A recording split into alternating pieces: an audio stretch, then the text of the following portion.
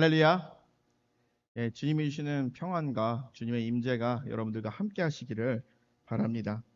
오늘 우리는 이 요엘서의 말씀을 통해서 우리가 또 하나님의 말씀을 보도록 하겠습니다. 우리가 요엘서를 보게 되면요, 별로 길지 않은 성경입니다. 여러분 뭐 하루 걸리는 것도 아니고 뭐 묵상하면서 읽으면 뭐 20분 걸리려나요? 뭐 금방 읽을 수 있는 성경입니다. 그런데 우리가 요엘서를 보게 되면요, 이 성경에 중요한 키워드가 하나가 있습니다. 그리고 계속 반복되는 이야기예요. 여호와의 날이라는 이야기입니다. 여호와의 날 혹은 여호와의 크고 두려운 날이라고 표현을 합니다. 우리가 성경을 보게 되면은 성경에도 많은 장르가 있습니다. 율법서가 있고요. 그리고 또 시편과 같은 시가서가 있고, 그리고 또 잠언과 같은 지혜서가 있고요. 그리고 또 역대기 상하, 열왕기 상하와 같은 역사서가 있습니다. 그리고 또 이제 한 부류로 이제 분류되는 장르로 분류되는 게 예언서입니다. 예언서가 가지는 의미는 바로 무엇일까요? 하나님께서 예언자를 통하여서 제사장이 아니라 하나님께서 선택하신 그 예언자를 통하여서 하나님의 말씀을 전하게 하는 것입니다. 그런데 성경에 보게 되면은 많은 예언서가 있는데 이 예언서가 많이 쓰여진 시기는 언제냐면은 이스라엘 백성들이 하나님 말씀을 잘 들었을 때일까요? 아니면은 잘 듣지 않았을 때일까요? 예, 이스라엘 백성들이 하나님 말씀을 잘 듣지 않았을 때에 이 수많은 예언서들이 쓰여졌습니다. 오늘 우리가 읽었던 이 요엘서도요, 역시 그 시기입니다. 이스라엘 백성들이 하나님의 뜻을 저버리고 있었던 순간. 학자들은 정확히 이 요엘서가 언제 쓰여졌는지에서 말하지 못하지만 많은 가설에 의하면은 이스라엘이 완전히 멸망하였을 때, 북이스라엘은 아시리아에 의해서 멸망하고요, 남유다는요 바벨론에 의해서 완전히 폭삭 망했을 때, 그 시기에 쓰여진 시기가 책이 바로 이 예언서 요엘서입니다. 이 시기는요, 하나님을 예배할 수 없었던 시기였습니다. 그리고 나라를 잃었던 그러한 비참한 시대에 쓰여졌던 예언서입니다. 여러분, 요엘서에 끊임없이 등장하는 여호와의 날, 여호와의 날은 어떠한 날일까요? 우리가 생각하기에 여호와의 날 하면은 뭐 어린이날과 같이 뭐 그런 날이 아닙니다. 여호와의 날을 하면은 우리는 두렵게 생각을 합니다. 왜냐? 이 여호와의 날에는요, 성경에서 말하는 이 여호와의 날은요, 심판의 날이기 때문입니다. 당시 사람들은요, 여호와의 날의 심판을 상상할 수도 없고 그것이 자신의 민족에게 임한다는 것을 받아들일 수 없었습니다. 왜냐하면은 그들이 겪고 있던 상황은 어떤 상황이었습니까? 이스라엘이 완전히 망해버린 상황이었습니다. 이스라엘이 완전히 부서진 겁니다. 그런데 그와 반면에 이스라엘을 완전히 망하게 했던 나라들은 떵떵거리고 잘 사는 겁니다. 이런 생각을 하는 거죠. 하나님 도대체 어떻게 하나님이 선택하시고 하나님이 사랑하시는 우리 이스라엘 민족들을 이렇게 망하게 할 수가 있으십니까? 어떻게 하나님의 백성이 하나님의 이름이 이방 민족에 의해서 메뚜기가 남긴 것을 느치가 먹고 느치가 남긴 것을 메뚜기가 남긴 것을 느치가 먹고 느치가 남긴 것을 황충이 먹었도다. 여기서 제 나이 때 이해할 수 있는 단어는요, 메뚜기랑 황충밖에 없어요. 학자들은 얘기합니다. 다 같은 메뚜기 종류인데 이제 메뚜기 종류 중에서도 힘이 센 메뚜기가 있지 않습니까? 걔네들이 가장 센 것들이 와서 모든 곡식들을 집어삼키고, 그리고 그 다음으로 이제 센 메뚜기가 와가지고 먹고, 이렇게 얘기하는데 쉽게 설명하면 이런 겁니다. 사자 한 마리가 사슴을 사냥했어요. 그러면 사냥한 다음에 이 사자가 가장 처음 뭘 먹을까요? 가장 싱싱한, 싱싱하다는 표현 좀 그런데 싱싱한 심장을 먹겠죠.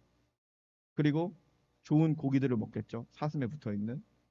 그러면서 이 사슴이 이거는 또 저녁에 먹어야겠다 하면서 그 사슴 고기를 킵하고 있을까요? 아니죠. 그 다음에 하이에나가 와가지고 사자가 남기고 간 그 고기를 뜯어 먹습니다. 그리고 이 하이에나도요, 어느 정도 배가 찬 다음에 자신이 먹었던 그 사슴을 내려놓고 자기 길로 떠납니다. 그러면 그걸로 끝나는 것이 아닙니다. 독수리들이 와서 살에 붙어 있는 조금이라도 살점이라도 막 뜯어 먹습니다. 독수리도 온전히 다 먹지 않죠. 먹기 힘든 부분 남기고 떠납니다. 그리고 마지막으로는 곤충들, 아주 작은 쥐새끼와 같은 것들이 와가지고 남은 고기들을 해치우겠죠. 지금 어떤 것입니까? 사슴 한 마리를 사냥했죠. 사자가. 근데 하나도 남김없이 그냥 완전히 사라져 버리는 거죠. 근데 당시에 이스라엘의 상황이 그러한 상황이었습니다. 하나님께서 이스라엘이라는 나라를 세우셨고요. 그리고 또 그 나라를 축복하셨습니다. 그런데 그들이 범죄함으로 인해서 그 나라를 망하게 하였습니다. 근데 한 나라가 이스라엘을 괴롭힌 것이 아니라 큰 나라, 작은 나라 할 것 없이 이스라엘을 공격해서 모든 것이 다 사라져 버린 상황.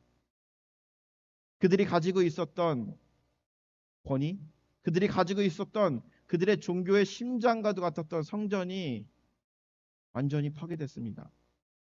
오랜 조상들로부터 내려왔던 그들에게 가지고 있던 이 믿음과 신앙의 정신이 완전히 파괴됐어요. 우리가 원해서 미국으로 이민 왔습니다. 안 그러신 분들도 계시지만 그런데 이들은요 억지로 이민을 가야 돼요. 다른 나라로 끌려가서 이민자가 아니라 포로로 끌려가가지고 그 속에서 그들의 신앙을 완전히 버리고 다른 사람으로서 비참한 상황으로서 살아갔던 시기가 바로 당시의 시대였던 것입니다. 그런데 이러한 상황 가운데 이스라엘이 처했습니다. 그런데 이것으로 끝나는 것이 아닙니다. 요엘서 1장 11절 42절에 본 얘기합니다. 농부들아 너희는 부끄러워할지어다. 포도원을 가꾸는 자들아 곡할지어다. 이는 밀과 보리 때문이라. 밭의 소산이 다 없어졌음이라. 포도나무가 시들었고 무화과 나무가 말랐으며 석류나무와 대추나무와 사과나무와 밭의 모든 나무가 다 시들었나니 이러므로 사람의 즐거움이 말랐도다. 현대를 살아가는 우리에게는 이 부분이 이해가지 않을 수도 있는데 당시에 살아가던 사람들에게는 어떤 것입니까? 엄청난 기근이 든다라는 것이죠. 그리고 그들이 농사를 지어봤자 그들이 갖는 것이 아니라 다 약탈을 당한다라는 그런 의미죠. 심판과 서러움을 받고 있던 시기. 그런데 이스라엘 백성들의 원망의 눈빛은 어디를 향하고 있었을까요? 그들의 원망의 눈빛은 자신을 이렇게 망하게 했던 나라들, 자신의 현실을 바라보고 있었을 것입니다. 그런데 중요한 것은요, 이런 자연적인 심판, 그리고 또한 전쟁으로 인한 나라를 빼앗기고 이러한 상황 가운데 더 무서운 일이 생깁니다. 그것은 바로 하나님의 심판이 임한다라는 것입니다. 그날이 바로 여호와의 날이라는 것이죠. 여호와의 날이 임한다 그러면 우리에게 어떤 감정이 들까요? 사람들에게 이런 질문을 합니다. 여호와의 날이 우리에게 오늘 임한다 그러면 여러분들은 어떤 생각을 하십니까? 어떤 사람은 이렇게 얘기합니다. 나는 어떤 사람에게 복음을 전했는데 그 사람이 복음을 받아들이지 않았습니다. 그렇기 때문에 여호와의 날이 오늘 오지 않았으면 좋겠습니다. 라고 생각하는 사람도 있을 것입니다. 어떤 사람들은 이렇게 생각할 것입니다. 아주 긴 시간 안투병을 한 사람입니다. 근데 그 사람의 입장에서 봤을 때는 이제 드디어 기쁨의 날이 오는구나. 끝나는구나. 라고 생각할 수도 있을 것입니다. 왜냐? 이제 끝나면은 이제 천국 갈 수 있으니까. 또 어떤 장로님은 이렇게 대답했다고 합니다. 나는 지금까지 신앙적으로 완벽한 삶을 살지 못했기 때문에 골방에 들어가면서 기도하면서 여호와의 날을 기다릴 것입니다. 내가 최선을 다해서 주님을 기쁘게 해주실 것입니다. 또 어떤 사람은 이렇게 얘기합니다. 평안하다 평안하다 하면서 주님을 찬양하면서 이 여호와의 날, 주님이 다시 오시는 때, 그래도 이 주님의 심판의 때를 맞이한다라고 합니다. 또 어떤 분은 이렇게 얘기합니다. 성경을 읽으면서 인생을 살면서 너무나도 궁금한 부분들이 많았는데 만약에 심판의 때에 주님을 만나게 된다 그러면 주님에게 물어볼 것이 참 많다라고 하며 만약에 물어봐가지고 그 궁금증이 풀리면 너무 행복하겠다라고 말하는 사람도 있을 것입니다. 그렇듯 여호와의 날은 어떤 이들에게는 기다려지는 날이고 어떤 이들에게는 두렵고 떨리는 날일 수도 있습니다.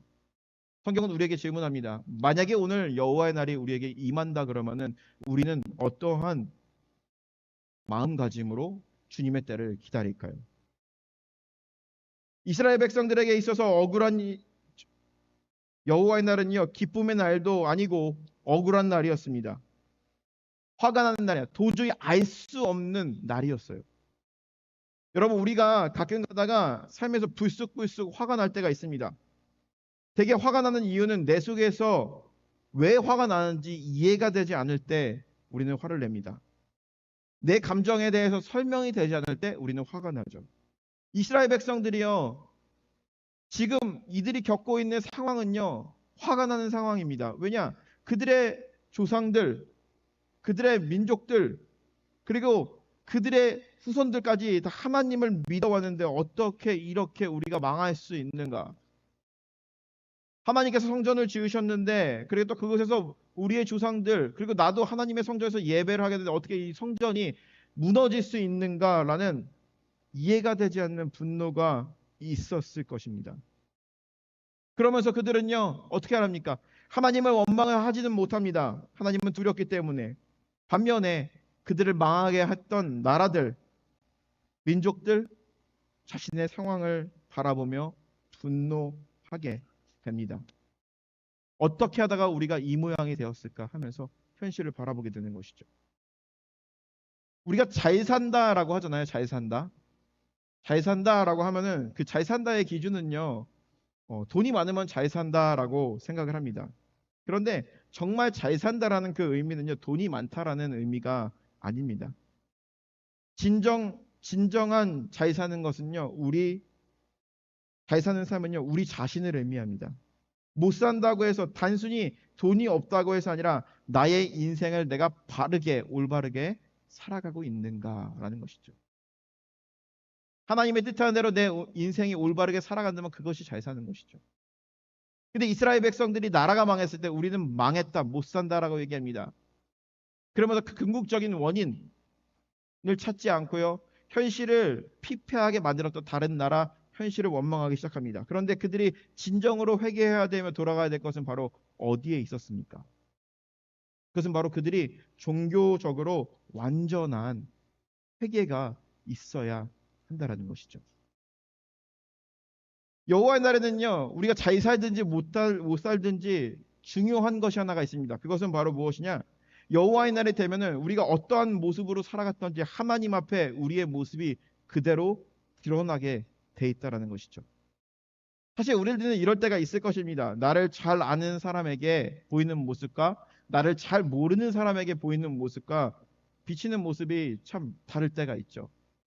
설교 준비하면서 제가 잠깐 웃었는데요. 어렸을 때 생각이 났어요. 어렸을 때 저는 참 개구장이라서 엄마한테 참 많이 혼났어요. 그래서 그날도 막 혼나는 날이었던 것 같아요. 그러면서 뭐 이거 누가 그랬어 하면서 이제 막 혼나고 있는데 갑자기 전화벨이 울리는 거예요. 그런데 어머니가 딱 전화를 받더니 이러는 거예요. 아, 예, 목사님, 안녕하세요. 그리고 전화를 딱 끊고 나서부터 또 바뀌는 거예요. 속으로 어떻게 사람이 저렇게 이중적일 수가 있지?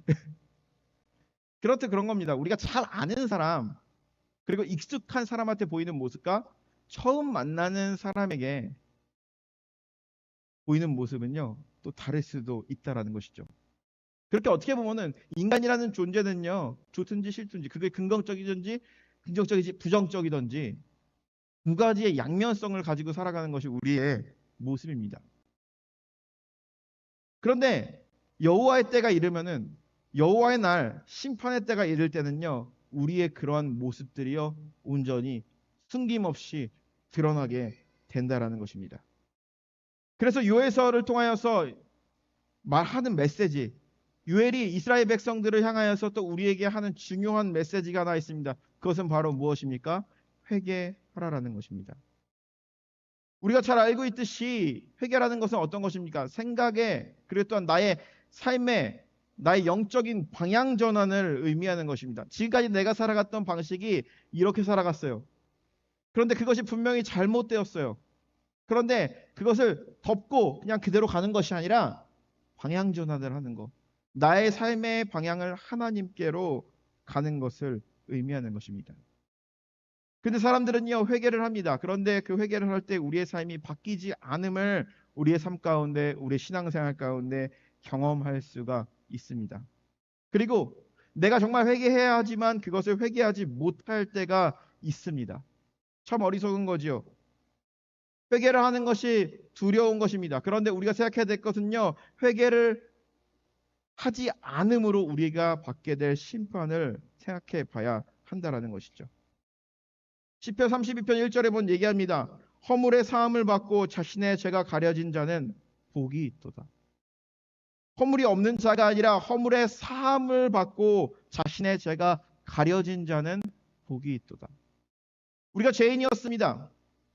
우리가 죄인이에요. 하나님 앞에, 예수님 앞에 우리가 어떠한 것도 내세울 수 없는 죄인입니다. 그런데 예수 그리스도를 통하여서 우리의 죄를 회개하며 예수 그리스도의 보혈로 우리가 죄 사함을 받았습니다. 그리고 우리를 죄인이라고 하지 아니하고 의인이라고 하나님의 자녀라고 칭해줬습니다. 그러한 자들이 복되다라는 것이죠. 죄가 없는 자가 아니라 죄가 있음에도 불구하고 사함을 받은 자의 삶이 복되다라고 하는 것입니다. 야고보서 5장 16절에 본 얘기입니다. 그러므로 너희의 죄를 고백하며 병 낫기를 위하여 서로 기도하라. 의인의 간구는 역사하는 힘이 큼이라 라는 것입니다. 이 말은 바로 무엇입니까? 하나님의 백성으로서, 하나님의 자녀로서 하나님의 형상을 닮은 우리 자신입니다. 그런데 하나님께 범죄하며 살아갈 때가 있습니다. 우리의 삶 가운데 깨어진 하나님의 형상이 나타날 때가 너무나도 많습니다. 근데 그것을 깨닫고 하나님께 회개하며 나아가는 자, 예수의 보혈로 말미암아 철저하게 회개하며 진정으로 메탄노이테 방향 전환을 하는 자들은 복이 있다라는 것입니다. 죄 가운데서부터 벗어나라고 하는 것이죠. 그렇기 때문에 유에서 선지자는요, 유에서 말씀을 통해서 얘기하는 것이죠. 이스라엘이 이렇게 된 궁극적인 원인, 나라를 잃고 우리가 예배했던 성전을 잃고 민족이 살아왔던 터전을 잃고 이러한 상황 가운데 있는데 우리는 우리의 현실을 바라보면서 땅만 바라보며 절망 가운데 있는 것이 아니라 아니면 다른 민족을 끊임없이 저주하며 욕하는 것이 아니라 그들에게 하나님이 진정으로 바라는 메시지는 바로 무엇입니까? 그들이 회개하는 것입니다. 하나님 앞에 겸손해지는 것입니다. 우리 아버지가, 우리 할아버지가 하나님을 섬겼는데 왜 어떻게 우리가 멸망을 할 수 있는가?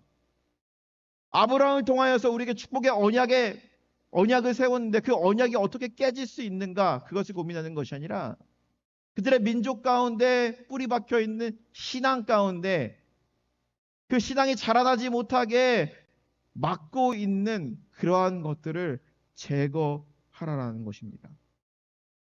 자신의 죄가 드러났습니다. 이스라엘 백성들에게 자신의 죄가 드러났어요. 그런데 그들은 회개하지 않았던 것이죠. 우리는 하나님을 섬기며 우리는 잘 살고 있는데 어떻게 우리를 이렇게 심판할 수 있는가라는 그러한 끊임없는 질문을 하게 되는 것이죠. 예수님께서 마태복음에 보게 되면은 바리새인들을 향해서 회칠한 무덤이라고 말을 합니다. 그 말은 바로 무엇입니까?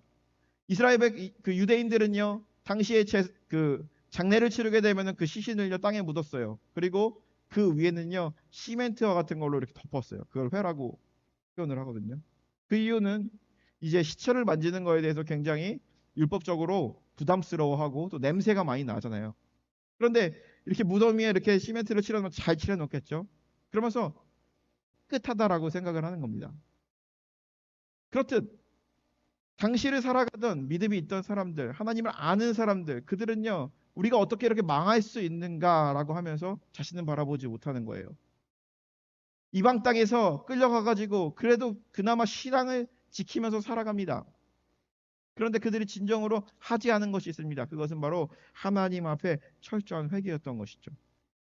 겉모습으로 봤을 때는요 깨끗해 보이고 경건해 보이고 믿음이 있어 보입니다. 그런데 그들의 내면에 진정으로 회개가 없었던 것이죠. 우리도 신앙생활을 하다 보면은 다른 사람 보지 말고 우리 자신을 비춰봤을 때 느껴지는 것이 있을 것입니다. 오랜 생활 시작해놨고 나에게는 직분이 있고 그리고 또 믿음을 가지고 살아갑니다. 그리고 사람들이 봤을 때 매주 교회 나간다 하면 경건한 사람으로 보일 수도 있습니다. 그런데 내 가슴에 손을 얹고 죄악된 나의 모습들을 생각하며 회개하며 나아갈 때는 결코 우리가 정말 경건한 사람인가, 경건한 신앙인인가 우리에게 질문을 하게 하는 것이죠. 그래서 유에서의 말씀을 통해서 그들에게 얘기합니다.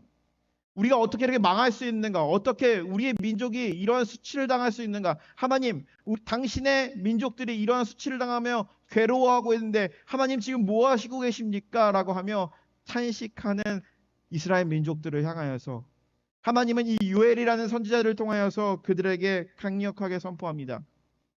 13절에서 14절의 말씀입니다. 너희는 옷을 찢지 말고 마음을 찢고 너희 하나님 여호와께로 돌아올지어다. 그는 은혜로우시며 자비로우시며 노하기를 더디하시며 인애가 크시사 뜻을 돌이켜 재앙을 내리지 아니하시나니 혹시 주께서 마음과 뜻을 돌이키시고 그 뒤에 복을 내리사 너희 하나님 여호와께 소제와 전제를 드리게 하지 아니하실지는 누가 알겠느냐. 우리가 예언서를 보게 되면요, 공통적인 특징이 있습니다. 항상 하나님의 심판과 그리고 또한 나라가 망할 것이다 라고 이야기합니다. 그런데 중요한 것은 너희가 회개하면 하나님께서 돌이켜 주실 것이다 라고 얘기하는 것입니다. 끝까지 회개하지 않았어요. 나라가 완전히 박살나고 완전히 그들이 다른 나라의 민족으로 섞여서 살아야 하는 그런 포로 신세 속에서도 하나님은요, 선지자를 통해서 얘기합니다. 회개하라. 이 말은 바로 무엇입니까? 진정으로 돌아서라 라는 것이죠. 너희가 옷을 찢지 말고 마음을 찢으라는 거죠. 옷을 찢는다라는 것은요, 당시에 이들이 살았던 문화에서 정말 나의 결백함을, 진실함을 이야기하는 것입니다. 일본 문화에 보면 사무라이가 자신의 결백함을 증명하기 위해서 칼 가지고 이제 할복 막 이런 것을 하죠. 그런 거와 비슷하게 옷을 찢는다는 행위는요, 하나님 앞에 철저하게 나아간다는 거죠. 철저하게, 진실하게 그렇게 회개한다라는 거예요. 근데 하나님께서는 얘기합니다. 요엘 선지자를 통해서 옷을 찢지 말고 마음을 찢으라는 거죠. 이 말은 바로 어떤 것입니까? 진정으로 삶의 방향 전환이 있어야 된다. 진정으로 나의 삶 가운데, 우리의 민족 가운데 이런 어려움, 이런 상황 가운데 진정으로 하나님께서 우리에게 허락하시는 그 회복을 위해서는 우리가 어떻게 해야 될지 그 방향 전환을 이야기하는 것입니다. 요엘서 선지자를 통해서 무서운 심판을 이야기하십니다. 자연적인 심판이 있고요. 그리고 또 정치적으로 전쟁을 통해서 나라가 완전히 폭삭하고 사람들이 많이 죽어요. 그런데 더 큰 심판이 온다라는 것이죠. 그 심판은 바로 여호와의 날, 하나님의 그 때가 되면은 우리의 죄가 낱낱이 드러날 것이다라고 얘기하는 것입니다. 근데 그 때가 오기 전에 회개하라. 그리고 내 이름으로 부르짖는 자들은 반드시 살리라라고 이야기하는 것입니다. 여호와께 돌아간다라는 것은요, 마지막 때 하나님의 날에 하나님만이 유일한 소망임을 붙들며 나아가는 것입니다. 그런데 왜 이스라엘 백성들은요, 끊임없이 선지자를 통하여서 선포하며 그들에게 회개를 촉구했는데 그들의 마음에 영적인 변화가 크게 일어나지 않았던 것은 무엇일까요?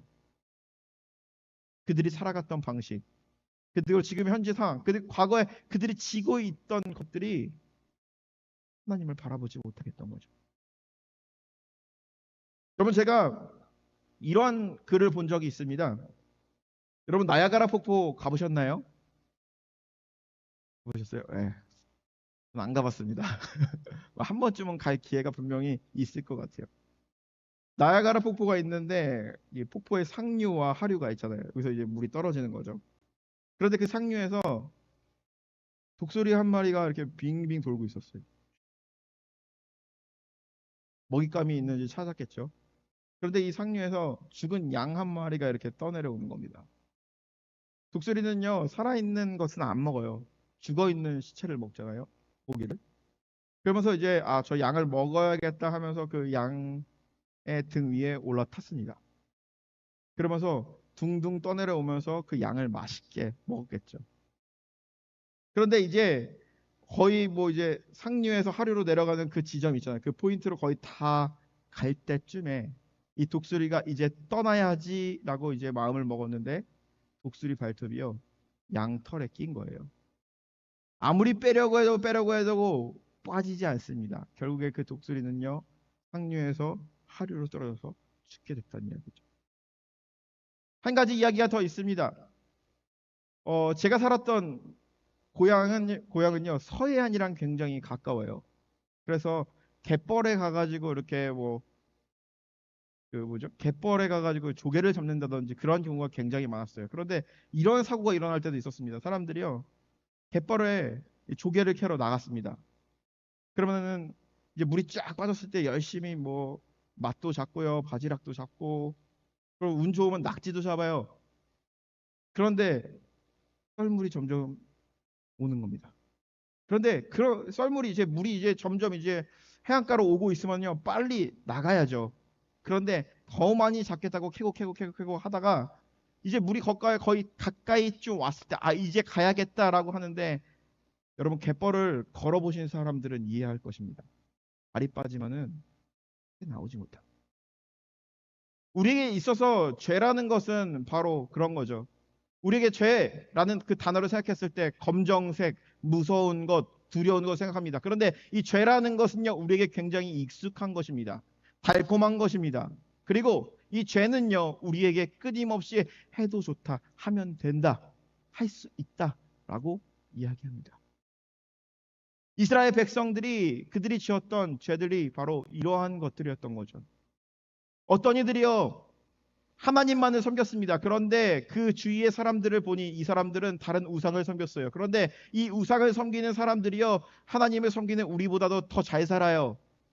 더 농사도 잘 돼요. 그리고 더 풍성하게 살아요. 그러면서 그 원인이 뭘까 하고 쳐다보다가 아, 저 사람들이 믿는 신이구나. 그런데 그들이 믿어왔던 하나님을요, 온전히 버릴 수 없어요. 그렇기 때문에 그들은요, 하나님도 섬기지만 저들이 믿는 우상도 섬기고 저들이 하는 우상의 문화도 받아들이게 된 거죠. 이것이 바로 그들의 삶 가운데 젖어 있었던 것입니다. 그렇기 때문에 그들에게 하나님께서 이 선지자를 통하여서 말하는 것은 바로 무엇이냐? 그들에게 진정한 회개를 이야기하는 것입니다. 옷을 찢지 말고 마음을 찢어 너희 하나님께로 돌아오라라고 이야기하는 것입니다. 그날은 언제입니까? 여호와의 날이 임하기 이전에, 하나님의 심판의 때가 너희들에게 오기 이전에 하나님께 돌아와라라고 이야기하는 것입니다. 하나님께 돌아온다라는 것은요, 어떤 의미를 가지고 있을까요? 코페르니쿠스의 혁명이라고 생각을 합니다. 옛날에 과거의 사람들은요, 태양이 지구를 돌고 있다라고 생각을 합니다. 그런데 이 코페르니쿠스는요, 깨달은 것이 있습니다. 그것은 바로 무엇입니까? 태양이 지구를 도는 것이 아니라 지구가 태양을 중심으로 돌고 있다라는 것이죠. 태양의 중심을 잡는 거죠. 우리의 인생도 마찬가지입니다. 하나님께 중심을 두고 살아야 우리의 삶이 흔들리지 않는다라는 것이죠. 지구가 이 궤도 안에서 태양계 안에서 이렇게 도는 것처럼 우리 또한 주님 안에서 하나님을 중심으로 우리는 살아가야 된다라는 것이죠. 제가 좋아하는 이 TV쇼 진행자 중에 오프라 윈프리가 있습니다. 그런데 그 사람도 참 크리스찬이 되었으면 좋겠는데 크리스찬이 기독교 신앙을 받아들이지 못한 이유 중에 하나가 이거라고 합니다. 하나님이 우리의 사랑에 대해서 질투하신다라는 것 때문에 그것을 받아들일 수 없어서 기독교 신앙을 떠났다라고 합니다. 브래드 피트라는 유명한 영화 배우가 있습니다. 그 사람은요, 기독교 신앙을 받아들일 수 없었던 것은 바로 무엇이냐? 내 인생엔 내가 최고가 돼야 되는데 하나님이 전부가 되고 최고가 된다는 것을 그의 삶 가운데 막 납득이 되지 않아서 기독교를 떠났다라고 얘기합니다. 그런데 우리가 한번 생각해 봤으면 좋겠습니다. 만약에 그럴 일이 절대 없겠지만 이 태양이 지구를 정말 사랑해서 지구가 도는 것이 아니라 이 태양이 지구를 돌게 된다 그러면은 이 태양이 쭉 잡고 있는 중력을 놓게 되는 겁니다. 그런데 우리가 지금 살아가고 있는 이 세상 가운데 중력이 만약에 사라지게 되면은 사람들이 다 둥둥 떠다니겠죠? 예? 다 날아다니겠죠? 그런 일이 발생하는 거죠. 엉망이 되는 것이죠.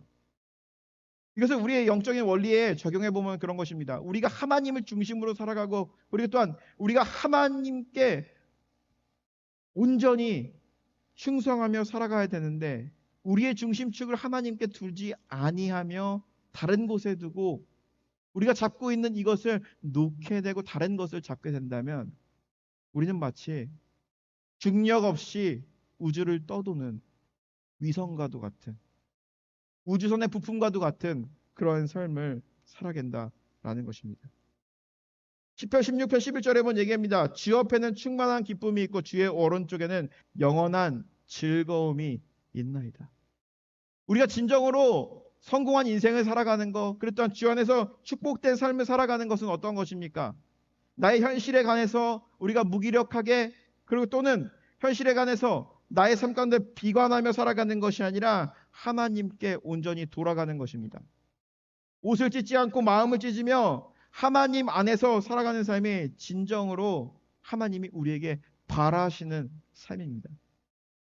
여호와의 크고 두려운 날이 우리에게 임했을 때에 그 날이 우리에게 두렵고 떨리며 나의 모든 실체가 드러나니까 괴로운 날이 아니라 예수 그리스도로 말미암아 온전히 회개하며 나아가는 우리가 주님 앞에 나아갈 때 그날이 오히려 기다려지고 그날이 오히려 우리에게 기쁨의 날이 되어야 할 줄로 믿습니다. 오늘 우리가 읽은 말씀 중에 이야기합니다. 유에서는요, 회개하며 나온 그런 민족들을 향해서 하나님께서 그들에게 허락하실 것을 이야기합니다. 우리가 읽었던 28절의 말씀은 이렇게 얘기합니다. 그 후에 내가 영을 만민에게 부어주리니 너희 자녀들이 장래의 일을 말할 것이며 너희 늙은이는 꿈을 꾸며 너희 젊은이는 이상을 볼 것이며 그때에 또 내 영을 남종과 여종에게 부어줄 것이며. 여기서 말하는 단어 중에 우리가 집중해서 봐야 될 단어는 바로 어떠한 것입니까? 그 후회라는 것이죠. 이스라엘 백성들, 그리고 또 현대를 살아가는 우리들에게는요, 하나님께 온전히 우리의 중심축을 옮기는 것이요, 두렵고요, 때로는 귀찮기도 하고요, 리스크가 크다고 얘기합니다. 그런데 주님께서는요, 성경을 통해서 유에서의 말씀을 통해서 우리에게 얘기합니다. 우리의 중심축을 하나님께 두게 되었을 때 그 후에 내가 만민에게 영을 부어준다.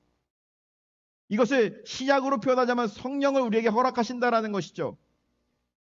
장래의 일을 볼 것이며 너희 늙은이들은 꿈을 꿀 것이며 너희 젊은이들은 이상을 볼 것이다 라고 얘기합니다. 절망적인 시대 가운데 살아갔던 이스라엘 백성들, 그리고 또한 앞으로 소망이 없다 하며 좌절하며 땅만 바라보며 있는 그들에게 이야기하는 것이죠. 너희가 진정으로 회개하며 돌아와라. 그러면 나의 여호와의 크고 두려운 날이 임하기 전에 주님께서는 너희에게 하나님의 영을 부어주시며 장래에 소망이 없다고 말하지만 하나님 나라를 소망하며 그것으로 인해서 기뻐하고, 여기서 보면 늙은이라고 나오는데 어르신들은 이제 죽을 날만 기다려야지 하는 것이 아니라 소망을 바라보는 거예요. 매일매일의 삶이 기쁜 겁니다. 왜냐? 성령께서 나와 함께 하기 때문에. 젊은이들은 이상을 바라보는 것입니다. 현실의 삶의 무게, 그리고 또한 현실의 고난에 지치는 것이 아니라 이상을 바라보며 하나님과 동행하는 삶을 살아가는 것입니다. 그것이 바로 유에서를 통하여서 이스라엘에게 주는 메시지며 우리에게 주는 진정한 메시지라는 것이죠. 성령이 우리에게 임함으로써, 하나님의 영이 우리에게 임함으로써 세상을 바라볼 때 시야가 달라지는 것입니다. 세상은 절망스럽다고 얘기합니다. 그런데 소망을 바라보는 것입니다. 이제는 내가 빨리 떠나야지, 난 다 살았어 하는 것이 아니라 나이가 들었음에도 불구하고 하나님이 주시는 비전으로 소망을 바라보는 겁니다. 젊은이들에게 한마디 한마디 할 때마다 그 한마디 한마디가 힘 있는 마디가 되는 것입니다. 젊은이들은 앞으로 우리가 할 때는 너무나도 힘들어 좌절스러워하는 것이 아니라 하나님께 온전히 중심을 주고 돌아가는 인생은요, 소망을 바라보며 주의 뜻을 구하며 세상이 부정을 이야기한다고 할지라도 세상이 안 된다고 하는 일들도 이루는 것, 그것이 바로 하나님께서 회개한 자들, 주님의 때를 기다리기 위하여서 주님의 나라를 소망한 나의 삶의 중심축을 온전히 주님께 둔 자들에게 주어지는 진정한 축복입니다. 여호와의 때가 이르기 전에 더 많은 기근이 일어나고 더 많은 자연적으로 괴로운 날들이 일어난다고 오늘 본문에 보면은 이야기하고 있습니다. 그런데 그러한 순간에서도 여호와의 이름을 부르는 자는 구원을 받는다라고 오늘 성경은 이야기하고 있습니다. 그런데 이 말씀은요, 이 요엘서가 쓰여졌던 당시의 이스라엘 백성들에게만 하는 말씀이 아니라 지금의 시대를 살아가고 있는 우리들에게 말하는 것입니다. 제가 성경을 읽고 오늘 말씀 이번 주 설교를 준비하면서 이 두 가지가 굉장히 제 마음 가운데 꽂혔어요. 너희 어르신들이라고 할게요. 늙은이들하고 안 하고, 너희 어르신들은 꿈을 꾸며 너희 젊은이는 이상을 볼 것이다. 우리가 한국 뉴스를 보시는 분들은 잘 아시겠지만 한국 사회에서 요즘에 대두되고 있는 큰 이슈 중에 하나가 바로 무엇이냐면은, 첫 번째로는 이 고령화 사회에 있어 있는 노인의 문제이죠. 문제라고 말하면 안 되는데, 이제 100세 시대에 접어들게 되면서 이제 어르신들이 과거에는 존중을 받고 그랬는데 그러지 못하고 있는 사회의 형태들, 그런 것들을 이야기하고 있고, 또 한 가지는요, 한국의 많은 청년들이요, 캄보디아의 이 보이스피싱 조직에 속아가지고 거기서 끔찍한 일을 경험했던 사건들을 우리는 우리는 알고 있습니다. 그런데 한 뉴스에 한 기자가 하는 말이 있습니다. 왜 보이스피싱, 동남아에서 활동하고 있는 게 보이스피싱 조직들이요, 왜 한국 사람들을 노렸을까? 그리고 특히 한국의 젊은이들을 노렸을까? 그 이유는 몇 가지를 들 수가 있는데, 첫 번째로는 한국 사람들이 이 스마트폰과 컴퓨터를 굉장히 잘 다룬다는 거예요. 프로그래머들이나 뭐 그런 사람들이 아니라 모든 사람이 대체적으로 잘 다룬다는 거예요. 두 번째로는요, 대부분 대학교를 나오잖아요. 고학력자라는 거예요. 그리고 세 번째는요, 너무나도 가슴이 아픕니다. 컴퓨터도 잘하고 스마트폰도 잘하고 그리고 또 대학 나왔는데 미래의 현실에 소망이 없다라는 거. 사실 얘기하는 거죠. 어디 가도 취업이 되지 않고 어려운 이 상황 가운데 그들에게 달콤하게 유혹을 하는 것이죠. 일주일만 일하면은 큰 돈을 벌게 해줄게. 3개월만 여기서 일하면은 내가 몇 년치 벌 수 있는 그런 연봉을 너에게 줄게. 하는 것이죠. 마음이 아팠어요. 지금을 살아가고 있는 우리의 현실이 아닐까라고 생각합니다. 미국도 별반 다르지 않습니다. 몇 년 전에는 어땠습니까? 제가 미국에 처음 왔을 때 5년 전이죠. 많은 사람들, 이제 집사람, 이제 친구들, 남편 보면 돈 잘 버는 사람들 얘기를 들으면 다 IT 기술자들이었어요. 돈 굉장히 잘 번다. 다른 거 하다가도 그 기술을 배워가지고 또 이렇게 직장을 찾는 사람도 많았어요. 그런데 5년이 딱 지난 지금, 얼마 전에 뉴스에서 봤습니다. 이 IT를 전공한 사람들이요, 일자리를 끊임없이 잃고 있다는 거죠. 그 이유는 뭐죠? AI의 발달로 이제 인간이 해야 될 일들을 기계가 대체하면서 또 절망스러운 그런 상황들이 왔다라는 거죠. 과거에도 이스라엘 백성들에게는 절망이 왔습니다. 그리고 지금 현재를 살아가고 있는 한국 땅에서도, 지금 우리가 살아가고 있는 미국 땅에서도 그들이 갖고 있던 그런 문제, 우리가 갖고 있는 문제, 상황은 조금 다르겠지만 비슷합니다. 그리고 하나님의 말씀은 변하지 않습니다. 우리에게 주는 메시지가 바로 무엇일까요? 세상에선 절망스러움을 이야기합니다. 어떠한 전염병이 돌 것이고 어떠한 자연재해가 있을 것이며, 또 뭐 일본에 엄청 큰 지진이 일어나고 뭐 그런 얘기들 많이 합니다. 그리고 또 뭐 앞으로의 삶에 대해서 많은 어르신들이나 젊은 사람들은 많은 고민을 가지고 살아가요. 그런데 오늘 성경은 이야기합니다. 여호와께 중심을 두며 살아가며 여호와께 돌아가며, 그리고 또한 하나님께 온전히 회개하며 돌아가는 인생, 하나님께 온전히 중심을 두며 살아가는 그 인생들은 하나님께서 그들에게 성령을 부어주신다. 하나님이 영이 함께 해주실 것이며, 세상은 부정적인 것을 이야기하고 세상은 절망을 이야기하지만 희망을 이야기하고 소망을 이야기하며 이상을 볼 것이다라고 오늘 성경은 우리에게 말하고 있습니다. 오늘 우리가 이 말씀을 묵상하면서 우리가 다시 한번 결단했으면 좋겠습니다. 우리가 정말 우리의 삶 가운데 믿음의 중심축을 하나님께 두며 살아가고 있는지. 그래, 또한 세상이 절망스럽다고 말하는 그 세상 가운데 똑같이 절망스럽다고 말하며 우리가 믿음이 있음에도 불구하고 그 믿음을 묶어놓고 있지는 않은지 다시 한번 기억하며 우리가 우리의 삶의 중심을 주님께 두며 소망을 바라보며 희망을 가지며 살아가시는 저와 여러분들이 되시기를 주님의 이름으로 간절히 축원합니다. 하나님의 말씀은 변하지 않습니다. 지금도 역사하시고 이 말씀을 통해서 우리에게 말씀하십니다. 여호와께 돌아와라. 돌아오며 회개하는 자들에게 내 영을 부어주겠다.